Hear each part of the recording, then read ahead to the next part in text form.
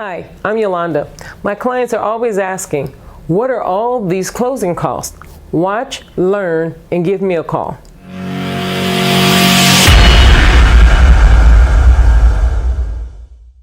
Hey, this is Chris the Mortgage Pro. People ask me about closing costs. You know, closing costs are different from the down payment. Certain programs have a requirement that you put a certain percentage down.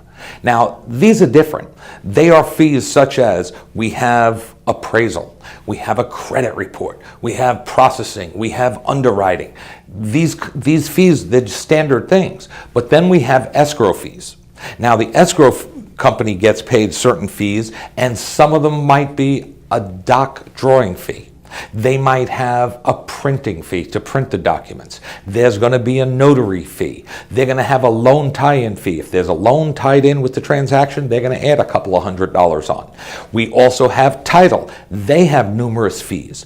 There's recording fees to record the loan with the county so that it's your house and we guarantee it. So all these fees together, they can add up to quite a sum of money. Now, on top of the fees, there are other costs. What are they? Well, depends on what month of the year, depends on how many months' taxes we need to get so that we put them in together in an impound account so your payment, you make one payment, includes your taxes and your insurance. When we start the loan, basically you're going to pay 1 year's and 3 months homeowner's insurance up front. We're also going to pay, if we're in April, we're going to put 3 months' taxes. If we're in September, it's going to be 9 months' taxes. So it's something that's out of our control, but it's something that we have to come up with the money for. And depending on the loan amount, we'll also determine what are the fees from the title and the escrow company.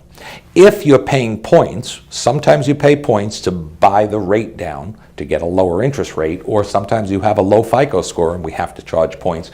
Those are also dependent on what is the size of the loan. So very common, $300,000 loan, $8,000, $7,000, could be $9,000 depending on the time of year. And how do we pay for those?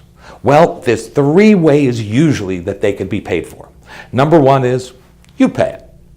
Most people say, I don't really want to pay it. Well, that's the reality. You can pay it, or we can ask the seller to pay it, or pay some.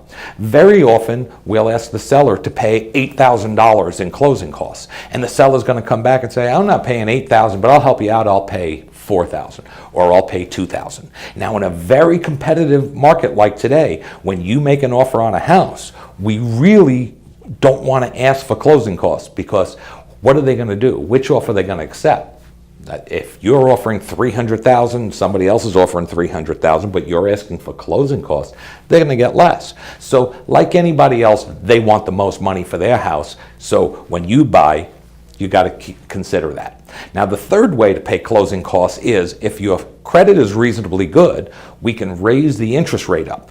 And by doing that, we get what's called a lender credit. Example, if I raise on an FHA loan approximately 0.5% on the interest rate, I could usually get about 1.5% of the loan amount. So on a $300,000 loan, I raise the interest rate 0.5%, I have $4,500 to lower your closing costs with. So sometimes you pay some, the seller pays some, and we raise the rate a little bit, and we get that combination. It could be any combination of the 3, 1, 2, or 3, but that's what closing costs are. Now, there's a couple of closing costs that are paid up front, and that is an appraisal. The appraisal is paid, it depends on what type of loan, whether it's a VA loan, FHA loan, or a conventional loan, what type of appraisal is required, so the fees can change just a little bit within $50 to $100.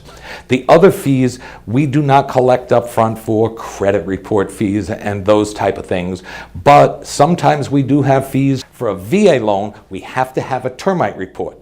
But the good news about you, the vet, if you're a vet, you're not allowed to pay that, so we cover that for you too.